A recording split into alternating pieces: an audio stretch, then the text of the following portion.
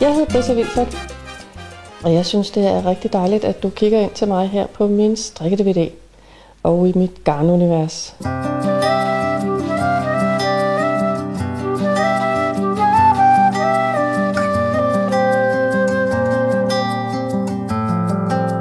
Jeg synes, det er fantastisk, hvad man kan lave med 2 pinde og en snor.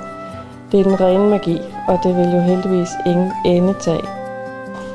Nu kan jeg se i mit diagram, at der kommer en dobbelt udtagning. Dertil går jeg ind i den bagerste lænke i masken og strikker den ret. Lad masken sidde på venstre pind og går forom ind i den forreste lænke og strikker den ret.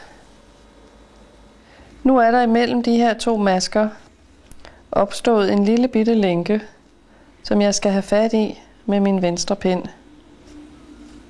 Så jeg går ind her, tager fat i den med venstre pind og strikker den ret med højre pind.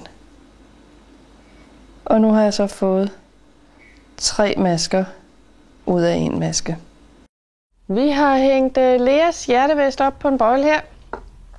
Den er strikket i noget meget, meget tykt garn, som I kan se her. Det er nærmest tykt som et tov. Så det vil sige, at der strikkes også på nogle meget store strikkepinde, som nærmest kræver et stort kørekort. Det er pind nummer 15. Du får brug for en snopind også, fordi hjertemønstret det er jo simpelthen lavet af nogle små snoninger, som går både til højre og til venstre.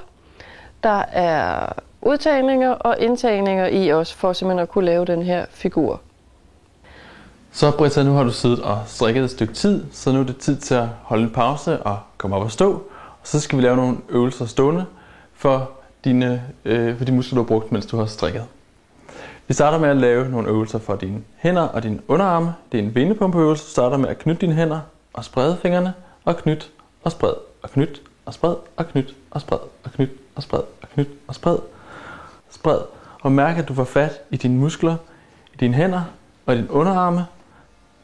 Det, jeg synes, der er en rigtig, rigtig vigtig ting at gøre, når du strikker, inden du går i gang med selve din opskrift, det er at lave en strikkeprøve.